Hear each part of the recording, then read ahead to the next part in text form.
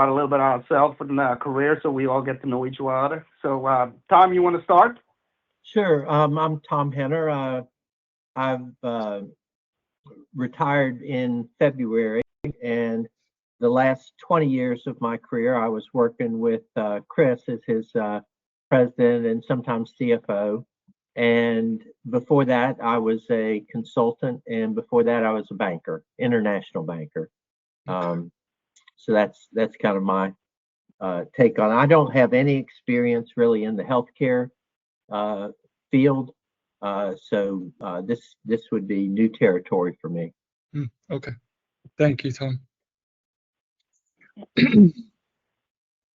John, I want to apologize in advance if we ask you any question to offend you, but we want to make sure that we need full transparency and we want to know who we're getting ourselves involved with.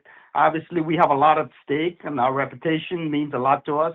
And we want to make sure that I don't, not only me, but expose any one of my team member to any kind of stuff that's going to come back and, haunt us in a couple of years. So I just want to put that out there.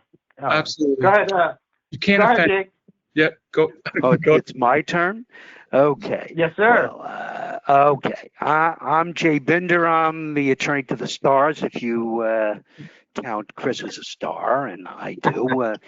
I've been representing Chris and his family for 43 years, somewhere in that category. So I knew Chris when he was young and handsome, so that obviously was a long time ago.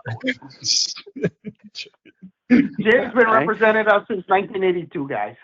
Yeah, all right. Okay. And my job is to tell Chris what not to do, all right? And for him to then take whatever I say and to make hopefully an intelligent decision regarding what he will do, all right? Obviously, that has worked for decades and decades because I've represented him personally. When did you first buy into Arch? What year was that? 1984. 84, I started working. 85, I bought into Arch. So that's 40 years. Okay, that was easy math. All right. So that is my role to be the protector and cynic. All right. As myself, as I also do not personally have background and experience in the healthcare industry. All right. But, I'm here on a general basis, and should there be any additional information or, due diligence, obviously we would have to bring someone in who knows what they're talking about, specifically in this industry. All right. So, that's my role. All right. I guess at this point, Chris, I guess it's on John to explain what his. No, we got one more. We got one more, Jay. I have Rob. You want to go ahead and introduce yourself? Yeah. We got one more introduction. My name is Don Anetwaru, and I'm in the healthcare field, but I'm a urologist. So it's a little bit different from what John is, what we're thinking of today. But in terms of some of the risk and the liabilities and things like that, I'm a little bit aware of that. Being I finished medical school in 1986, and I've been out. First, I did a residency in internal medicine, and then I moved on to urology. So I'm double boarded in internal medicine and urology. Excellent. Guys, thank you all for the introductions. And it's actually it's a great thing to have such a diversified set of backgrounds and skills on the call and in general, right? So I think that I want to just talk for a minute just to give you an overview, and then we can please ask away on questions, because it is a new industry for most of you, and I want to explain it and answer any questions appropriately. So give you a short introduction about how this came about. I've been working in a men's treatment center for the past 7 years, and it was where I first started learning and becoming passionate about helping men with substance abuse issues, with mental health issues. And I really got an excellent education on therapy, on groups, on medication management, on referrals, on housing, and the like. And what we can talk more about that as it relates to the outpatient MAT program that I'm proposing. Unfortunately, about a year ago, the program, the treatment center, was taken over by some business development guys, marketers, which is a pretty dirty word down here because they're usually the ones spearheading the latest scam or issue in the field. So these are the guys who came in and they wanted to cut costs in a program where there were no costs to cut. And me and my clinical team, just to give you an idea of like how this was born out of ethics and compliance, we had to make the decision to leave the first week of April, after we were basically being asked to do things that were not okay and were, you know, technically fraud. So we made the hard decision to leave a program that we had all worked together at for roughly 7 years. So that's sort of the origin story. When they started firing people, I started thinking about how we could do this, how we could do it well, and how we could do it in a way that honors our own expertise and integrity. Because the reason that we're all in this business is to help people and also make a living out of it, right? And it has to be that combination while staying true to what our purpose is as therapists, as healthcare providers, which is to always be giving the client our best. And so I've seen many programs come and go over my years in EBTIDE, but also on the other side, right, guys? Just to give you a little bit of perspective, I've been in recovery for almost 10 years. I've had my own issues with substances, with mental health issues, and thank God through programs like the one that I'm proposing, I've come out the other side, right? And if you would have told me a decade or 20 years ago that I would be living in West Palm Beach and getting my master's in mental health counseling and opening up a MAT program, I would have told you you got the wrong file, because there's no way that's me. But here we are, right? And I'm finishing up my master's program now on the therapy side. So that's origin story, a little bit about me and a little bit about where I'm coming from. In terms of Jade House, right? Jade House, the outpatient, Jade House Recovery, which is what we're talking about today, is an outpatient MAT program. And when I say MAT, because that'll get thrown around a lot, we're talking about medication-assisted treatment.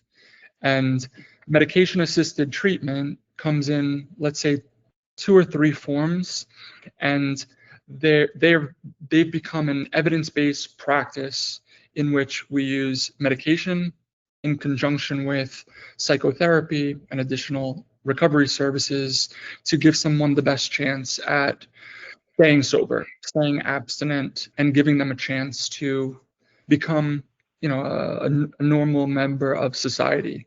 So when we're talking about MAT services, we're talking about men and women coming into the program on a bi-weekly basis, and they would be part of our program receiving both medication management. From a general practitioner standpoint, there would also be outpatient groups and these MAT services and psychiatric services. So we're trying to treat the whole person, right? We can't just treat one part of them. It can't just be addiction or substances. It also has to treat some of their underlying mental health issues, because addiction is also a psychiatric illness, right? So they're like 2 sides of the same coin. We treat somebody's substance abuse issue, and we also treat their underlying mental health issue, whether that's depression, anxiety, bipolar disorder, and the like. Many of our clients, the men that we're helping, the population that we're helping are the underserved, right? Like that's the mission. That's the treatment center that I learned how to do this at, and the treatment team that I'm starting this with. So those men and women are very compromised. They have general like GP issues, right? Where they're complicated in certain ways physically. They have mental health issues that they struggle with, and they have addiction issues, and they're all connected. So we'll treat all of those.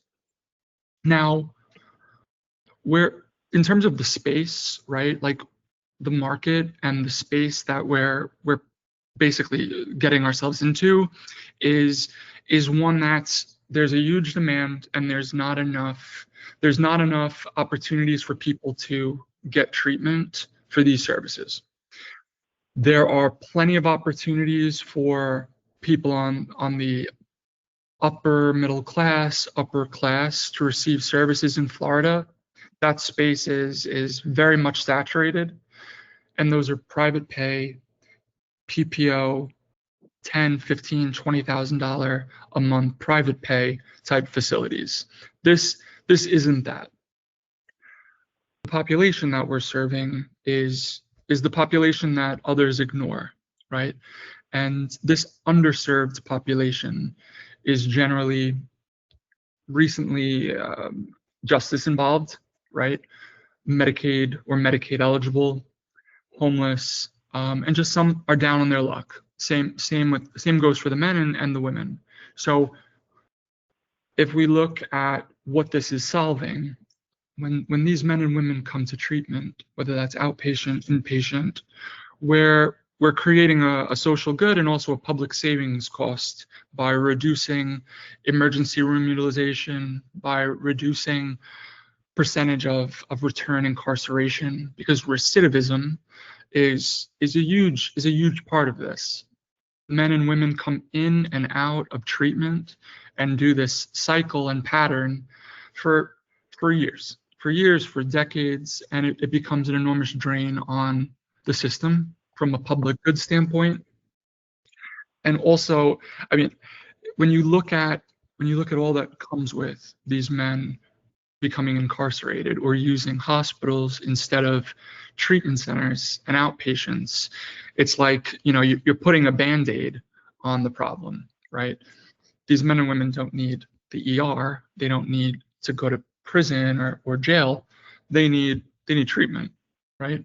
So the great thing about Jade House phase 1 is outpatient, meaning we don't have the high cost of a residential section of the program, which can be very costly and comes with many of its own issues when you take on housing this population.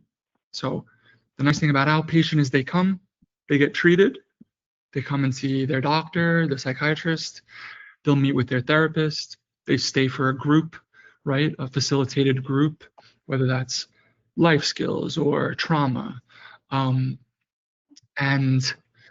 they're on their way, right? We're also in the process of becoming a authorized Medicaid transport provider, because most of these managed care plans, at least in the Medicaid field, and we're not only Medicaid, where every insurance is straightforward becoming partnered with.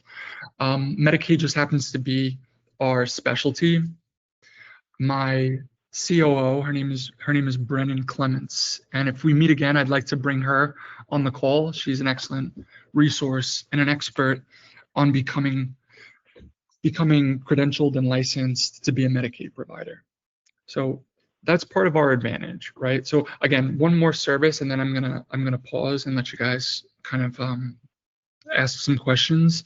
Is what we're doing is inserting ourselves as a big player in the market, and where there's presently no outpatient service provider, or at least a good one, right? That's bridging the gap between all of the hospital referrals and all of the treatment centers that require this level of care in between, inpatient and sober living, for example. So, we're not going to be your run-of-the-mill walk in, walk out, right? Like we want to be engaged in the community.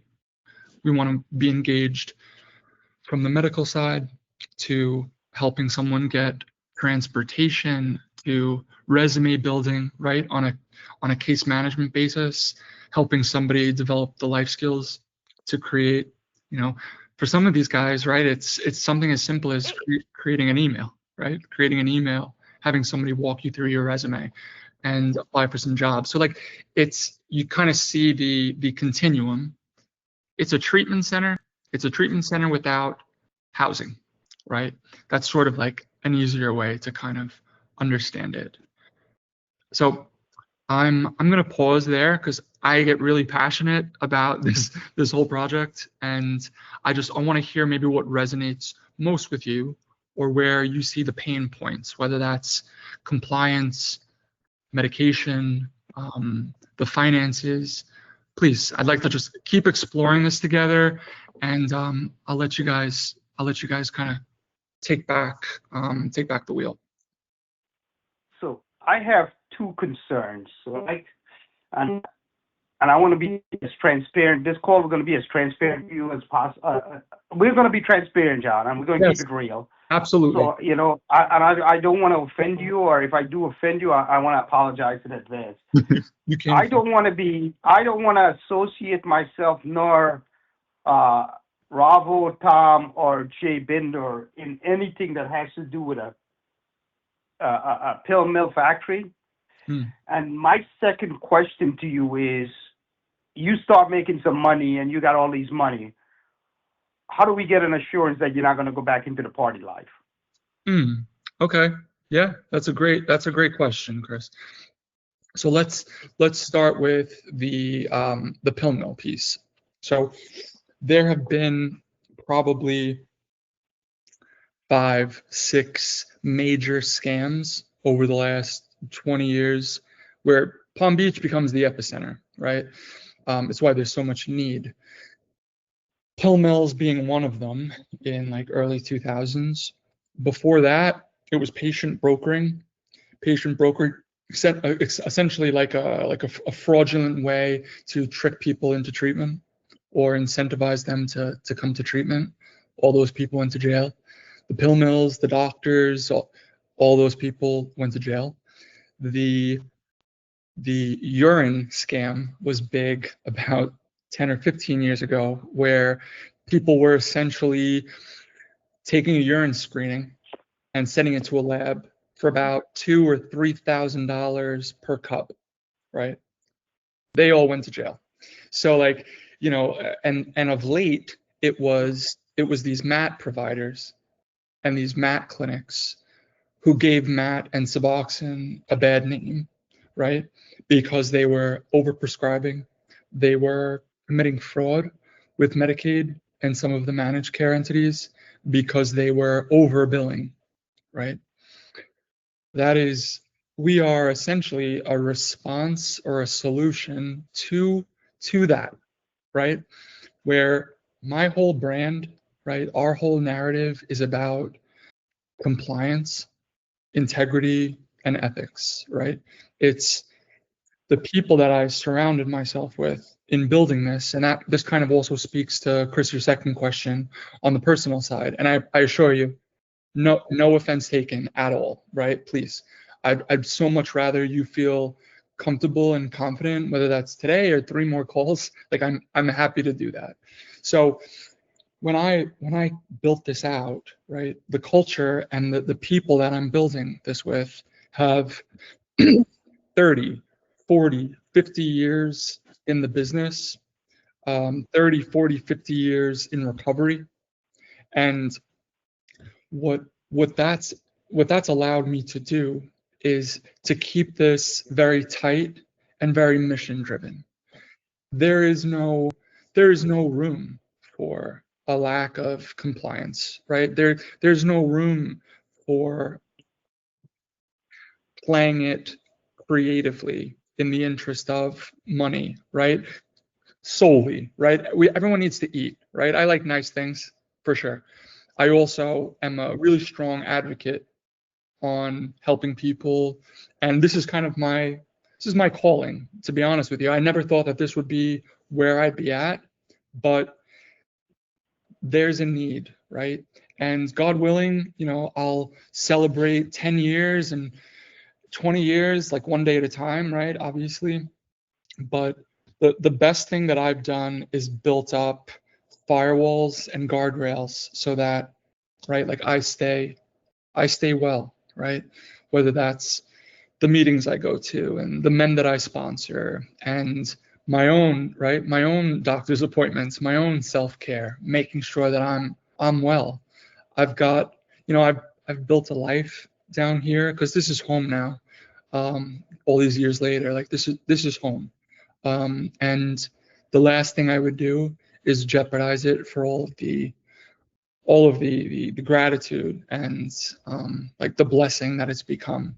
So that's kind of a mix, right? That's a bit personal, that's a bit professional, but I think it's a really valid point, Chris.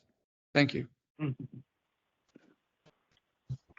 So John, what types of drugs would you include in your Sure. MAT? Sure. So I know it's the esketamine, right? Is one. Yes, correct. So, oh, excuse me. So, what we're looking at is two parts of MAT in specifically, which would be Suboxone and naltrexone, right? So, the two medications that are most effective and quite evidence-based at this point in their development and use and misuse is naltrexone and the injectable form of naltrexone, which is also highly effective, which is Vivitrol. And I could send you a nice payer mix or a financial model at some point, just so you can see all the line items.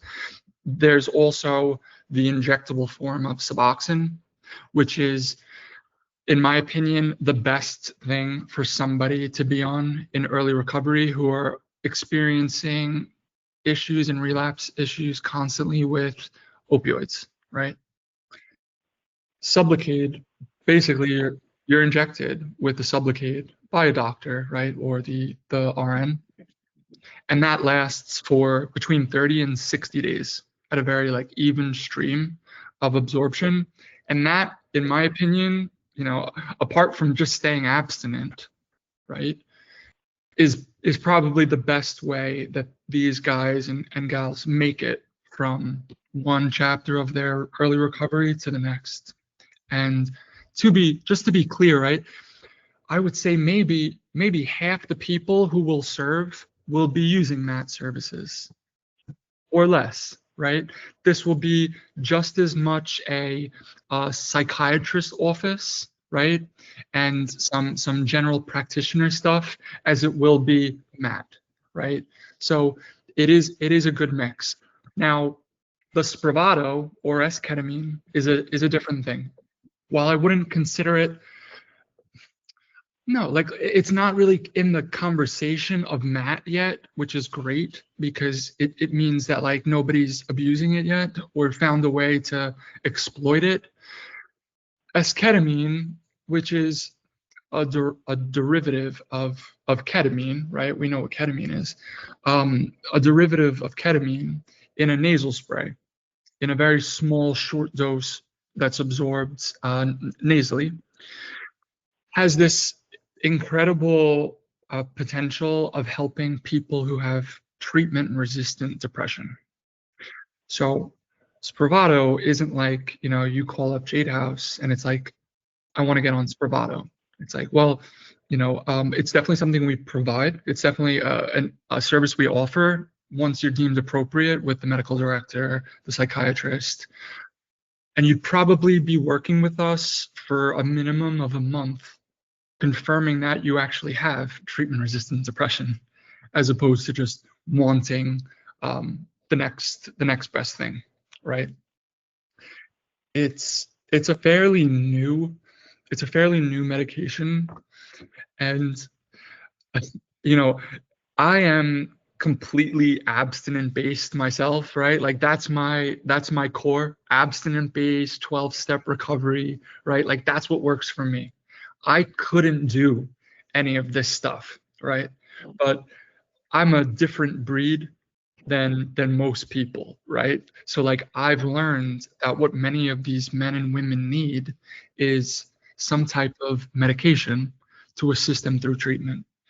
And if that's Suboxone and Sublocade, and that's an antidepressant and Spravato once a week, and I can kind of get them from A to B, I mean, there's nothing like I can see that client come in day one, and then, God willing, through engagement and taking suggestions and meeting with one of our amazing therapists, making some friendships in group therapy, um, I can see that change become apparent in someone, the person who's willing to do the work.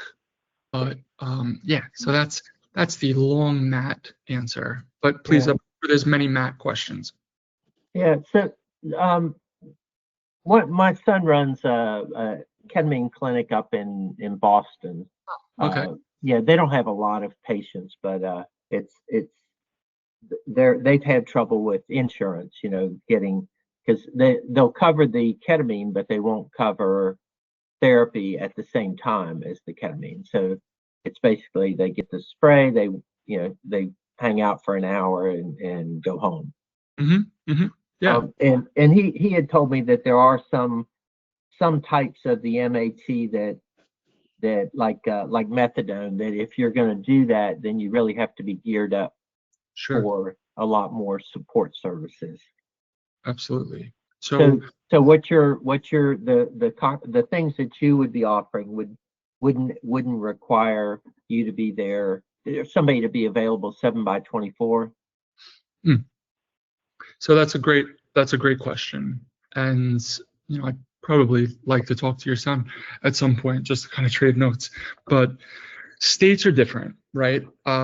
Standard billing and regulatory hooks, if you will, are very widely different. So what's interesting is like the reimbursement of Medicaid in a state like Massachusetts versus a state like Florida is vastly different, right? Like mainly prior authorizations in Florida for Medicaid and Medicare specifically are more or less, there's like a 70 or 80% approval rate, right? Based on these 2 or 3 billing codes that we're tracking. And I'll send you this as well. I think that Florida's been lucky because we're not a Medicaid expansion state, right? So we've had, like New York, Massachusetts, California, there seems to be a lot more ability and approval when it comes to certain treatments, right? The reimbursement process, for sure, is the most difficult part of this whole game. And the CEO, the chief operating officer that I chose, her name is Brennan. The reason that she's the COO is because she is a billing and Medicaid billing master. And that is, as much as the clinical side is my passion, the billing and the compliance side is like mastery, right? So like that opens us up to this other stream of like consulting, right? As well as getting people credentialed with Medicaid and helping with reimbursements for across the board, right? So that could be something like Spravato, or it could be something like, billing for inpatient services at a treatment center. She's able to do that. Does that answer some of the question? Yeah, it does. And you keep saying this is what we're doing. What kind of timeline are you planning for to actually have a patient walk in the door? Absolutely. So right now, obviously, like pre-operational, on the on the mat outpatient side. What we're doing is staggering the launch so that I have time to complete, right, our private investment profile and our small business association loan, an SBA 7A loan, which we're in the process of packaging and submitting. So my timeline is open doors January, February, right? The infrastructure is there, right? The compliance, the players, the accountants, the lawyers, it's there, right? In the process of licensing, we just took over a virtual address, Tom, to kind of kickstart our ability to license and credential ourselves until we have a brick and mortar location. So it's sort of a not ideal, but we created ourselves as like a telehealth provider so that we can fast track our ability to credential and license. Yeah, like I said, I'd love for you to guys to meet Brennan on the next call, because it's the hardest part of this is getting licensed and credentialed. And I've got a billing person and I've got a clinical director who are like wizards at that stuff. So I'm fortunate in that regard. The biggest piece of this puzzle is the lease, right? I'm trying to keep this as asset lean as possible. I think that's a successful model for an outpatient, is not getting bogged down with real estate or heavy assets at this point. What I really would like to do is get this open for like post holidays. That's like a rush period for people to go back to treatment. So that would be an ideal situation, is a soft launch right after the holidays. John, just a quick Please. question. What are you, being a physician on the outside, how would you handle, let's say, a respiratory or airway issues at the center? Is there somebody that's there that's trained, or you're depending on 911, or how does that work? Sure. Very good question. So I have a medical recruiter, headhunter, who's working with me right now, because the linchpin in all of this, right, is an incredible medical director and psychiatrist who will be the driving, who's the biller, right? Who's our cash cow. Like that's who's creating the business on the medical side. Of course, close second is billing, consultancy, therapy services, groups, but as it goes down, right? The doctor is the bread and butter. And within that, the Spravato, since we're going to talk, since we're talking about that, the doctor is essentially what we're spending most of our time investing in, finding the right cultural fit for us right now. And I have two people who are amazing, 30, 40-year veterans, licensed in Florida, specialized in addiction medicine, and are interested in the mission and the great paycheck that will come with all of this responsibility, right? So what we're going to be doing is, not only will we be doing outpatient service, if somebody comes in with obviously emergency level event, right? Or if they're standing by and we have a full-time medical assistant who's there doing the basics, vitals, observation, and the like, they'll always be from 9 to 5, 8 to 5, 6, that medical director there and a medical assistant there will be probably 2 or 3 miles away from two of the biggest hospitals in the county, JFK and St. Mary's, which is now neurobehavioral health. But it's interesting that you ask about the 24/7 care, because in addition to in addition to this outpatient MAT service, we're also exploring an outpatient detox model right now, which would be basically like the official name would be an ambulatory detox. So the only thing that's, one that's a lot more revenue and profit whenever detox or residential level of care is brought into the equation. It's 3-4 times what another level of care receives for the same service. So Doc, basically, we would be doing all the same services, but somebody could also come in who doesn't want to be in an inpatient detox psych hospital ward to do their detoxing. And so they might receive some, let's say, non-narcotic comfort medication, like muscle relaxers, like Robaxin, or blood pressure medication like Clonidine, something like that, right? Past that, we're not that we're not equipped, right? But it's outside of our formulary, right? You're never going to come in, talk to our doctor, and receive a prescription for Adderall or Ativan, right? Like that'll never happen, right? The medical director, the clinical director, the therapist, and me, as well as the biller, pretty much everybody, is of the non-narcotic mentality, right? Like that's not a thing. It doesn't help. It doesn't help people who struggle with mental illness and substance use disorder, especially in what we've seen. So that stuff is off the table, right? When we talk about MAT, we talk about very specific MAT services. You mentioned methadone, Tom.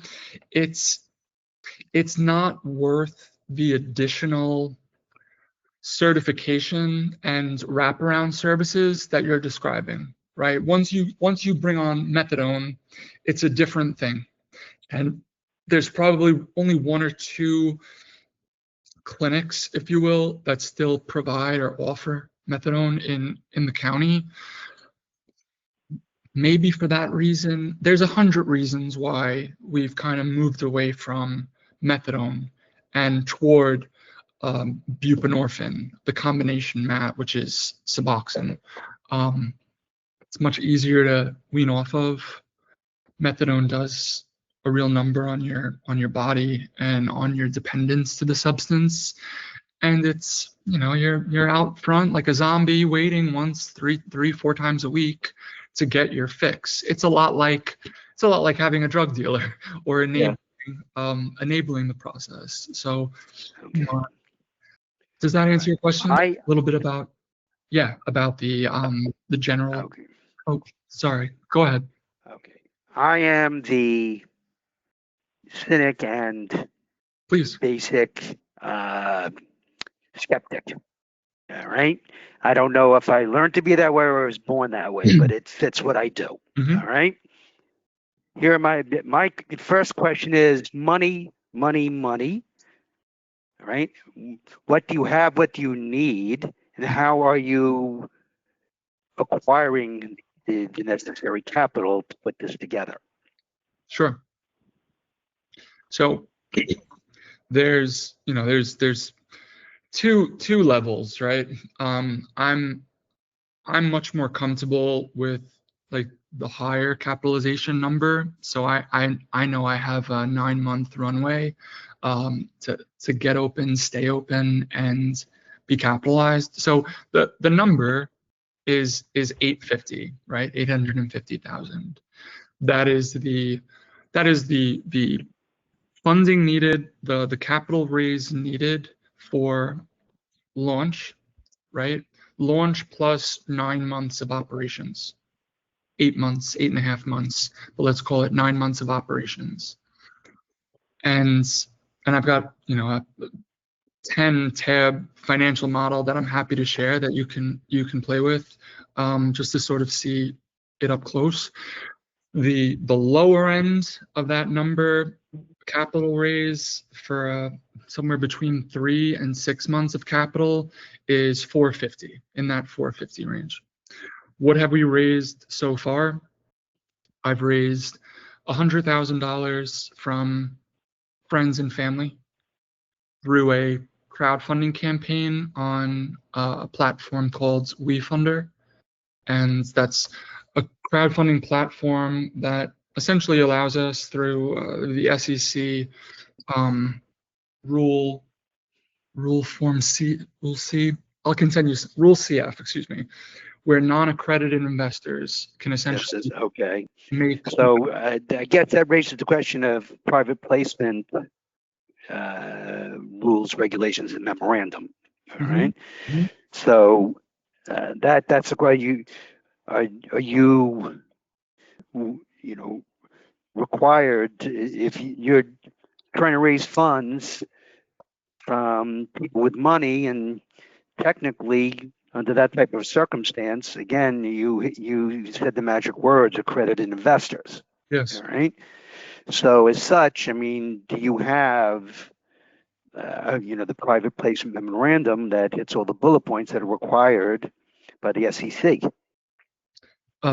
Yes, right. So in it, part of the like certification process for us to get our Form C approved, which through the SEC, which we absolutely have, working with a legal team, and again, all I's dotted, T's crossed on that side. I'm allergic to risk as well, so I've done as much as I can do to make sure that we're in a good spot.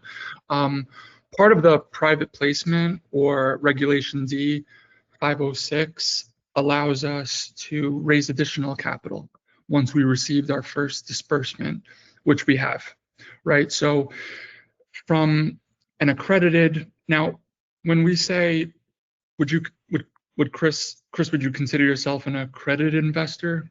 He's absolutely. Okay, so investors as an accredited level, I can absolutely raise capital, additional capital from an accredited investor privately, right? So whether we consider that anything north of 50 and less than the target, right, would be available to us.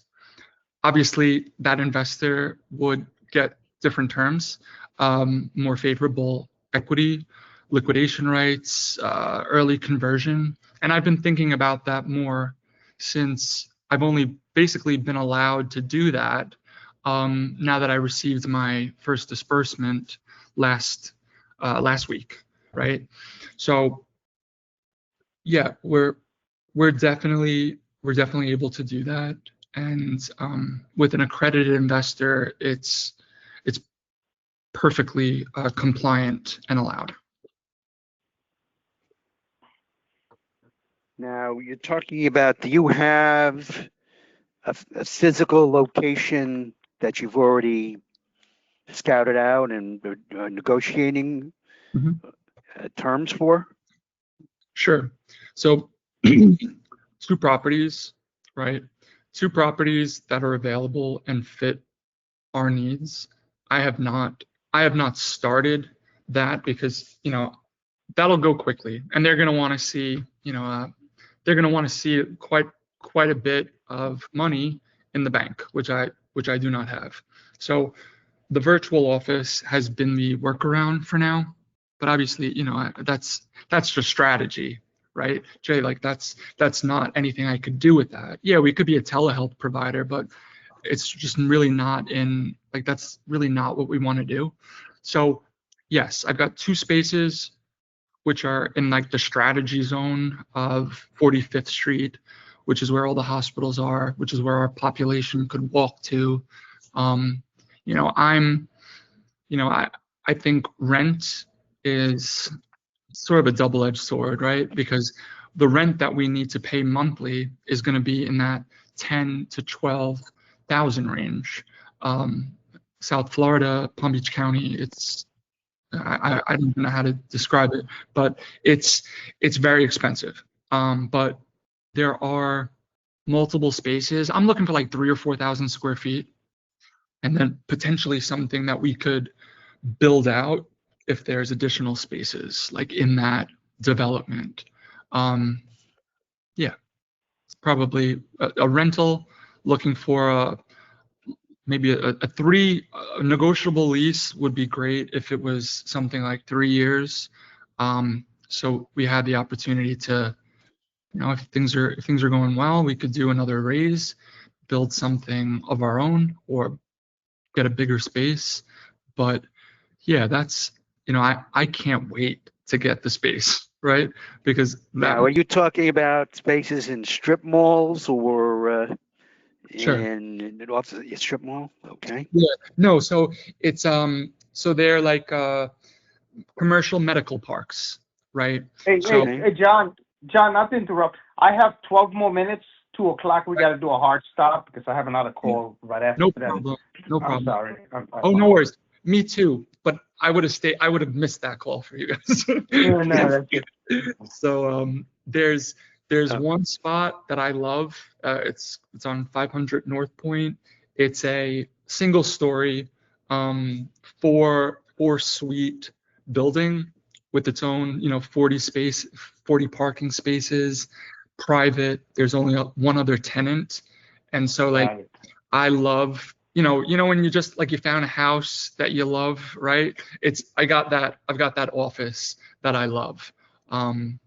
Yeah, and a couple of others, but that one really kind of speaks to me. No problem. Oh, and then SBA loan is the other capitalization approach, right? If it's not my favorite thing in the world, right? Like I wanted to raise capital privately so that I can allocate. But John, there's nothing wrong with an SBA loan. It's a low interest loan. Right. And once you stay in compliance and do what they tell you to do, you'll be in good shape. So it's a good way to keep you guys policed and keep you guys disciplined. So I see no downside of getting an SBA loan. John, I have one more question. Every industry has somebody that police them and inspect, quarterly, monthly. Is there something in the Florida market that inspector comes in and makes sure that you're doing the right thing and doing what you're supposed to be doing in your market? Absolutely. So, it's the industry, right? The industry itself, and then the sub-industry of behavioral health services requires Got it. No problem. constant oversight. So there's the Department of Children and Families, which is the governing body for essentially insurance providers. That's an oversight, right? There's accrediting bodies that I look like the mafia. So the answer is yes. The answer is yes. Yes, Perfect. big time. Now I'm trying to make sure I get all our questions in before we stop at 2 o'clock. So we're going to reconvene, the 4 of us, and we're going to talk more. But I want to make sure with the 4 of us, Tom, Ravo, and Jay, I'm not talking out of line here. So there's 2 purposes of doing this, okay? We're all basically finish our career, and we're looking to keep ourselves busy and give back to some of the good things that happen to us in life. So if we can, and if I'm speaking out of context here, context, let me know. Basically, our number one goal is to save lives and help kids, okay, that's going down the wrong path, because we know I think every one of us knows somebody, and I can speak to some of my family member that we lost because of addiction problem. So if we can help, prevent somebody from committing suicide or kill themselves, then perfect. We're in a good thing here, and I think that's basically my number one goal. And of course, we want to make sure that we protect our investment and we make money so we can continue doing what we're doing. Obviously, we're not going to do this for a charity, and we don't want to lose money. But those are the 2 purposes. My purpose, and I think I talked to everybody individually on a small base. I think basically what I got from everybody is this is our common goal. But at the same time, we want to make sure that we protect our investments. So if I'm speaking out of context, big guys, Tom, Ravo, Jay, please. No, just before we let John go, John, in terms of let's say, liability issues, the center would have its own insurance and all these things Correct. would be taken care of. Yes. So we actually are in the process of doing it now on the telehealth side, so we can get.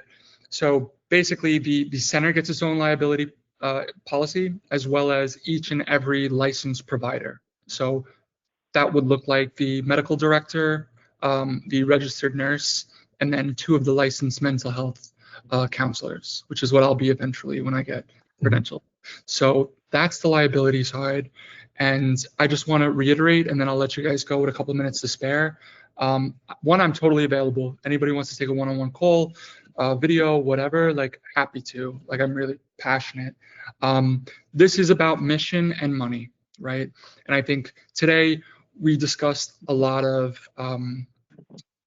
risk and compliance and operations of what this looks like and how we're doing something differently. I can talk about, you know, the mission itself for ages, right? The people that we want to serve and the number of overdoses in this county, and it's you know, this is where it all is centered, right? But in addition to the mission, it is about money, right? This is a really solid business model, right? With very low asset costs, right? So like what I'm looking to do is pay somebody back at like, you know, 1.5, like 1.5x revenue multiple or more, right? With a pretty good market valuation based on how much you guys would want to invest. And we could talk about that at a different time. But I will leave you with this. On the other side of this is a 501c3 nonprofit treatment center, right? Just to give you an idea of like compliance and undertaking, I've already got a 501c3 designation in less than 5 months, working with nonprofit lawyers and attorneys. There's going to be a foundation, right? Literally set up and geared for a higher level of care on like the residential side. So this for-profit will be this outpatient, everything that we talked about today. And then there'll be the counterpart, pure mission for the 501c3 that we're building, Jade House, the treatment center. So yeah, that's a whole other conversation, but that's a phase 2, let's say 2 years out. But we're already licensed, we're already approved as tax exempt, which is a big deal. Got that a couple weeks ago. Yeah, so John, what we're gonna do is the 4 of us are gonna have a conversation one day early next week. Perfect. I wanna make sure everybody's comfortable to move forward, and we'll go from there. Tom, is there anything else that you would like to add? Or, No, not at this point. Yeah, I think it. it's we've gotten a lot of information. Okay. So How about you, Ross? Anything you wanna? Good. I'm How good. about you, Jake? Jay, is there anything that I know we're gonna have a lot of questions, and I figured we were, we got 1 hour to just get to know each one another. And then, Yes. John, if it's okay with you, I'm gonna give the guys your cell number if they need to reach out to you or email you for any questions. All right, Please. perfect. absolutely. Guys, Perfect. thank you so All right. much. Thank Okay. you. Thank Thank you. you. All right, thanks. All right. Have a great weekend. Thanks. Thanks. Bye. You too. Well, Okay. take care. Okay. Bye-bye all.